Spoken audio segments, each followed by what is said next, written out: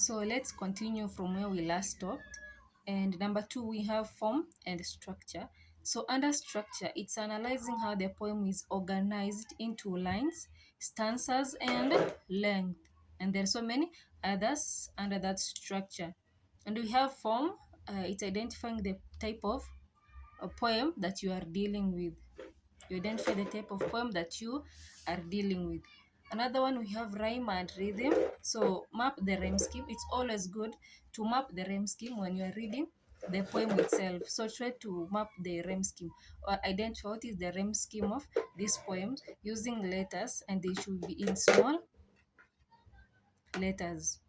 So and also note the rhythm of the poem. And then lastly, we have the punctuation. So analyze how the punctuation controls pacing and meaning have been used. So number 3, we have poetic devices and imagery. Imagery. So under imagery, we have you identify the language appealing to the senses. For example, we have visual and auditory senses. So you have to identify the language that's appealing to the senses. We have figurative language under poetic devices, which is looking for metaphors, similes, personification, and simples in the poem that you are reading. And lastly, we have sound devices, identifying alteration, which is about consonant sounds, assonance, which deals with vowel sounds, and onomatopoeia. So number 4, we have tone and meaning. Tone and meaning. So what is tone? Have you ever come across tone, the word tone, when dealing with the poetry or when reading a poem? So I know you might have come across tone or meaning when dealing with a poem or when you are reading a poem. So tone, it's determining the speaker's attitude. So what is the writer's, the one who is communicating in that poem? What is his or her attitude in the poem? So for example, so examples of tone, I've said we have joyful tone, ironic, or melancholic, and there are so many others. There are so many examples of tone in the poem.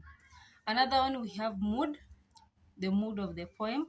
So it's identifying the emotional atmosphere created for the reader. Like you, the one who is reading the poem, what is the atmosphere created when you are reading this poem? That's the mood. And then we have the theme of the poem, determining the central message or the main idea of the speaker in the poem. What does the speaker want to deliver to you, or what is he or she communicating to you in that poem?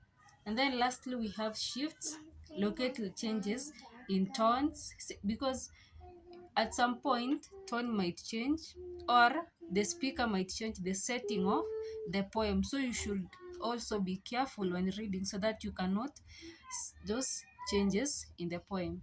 So that will be the end of our lesson for today.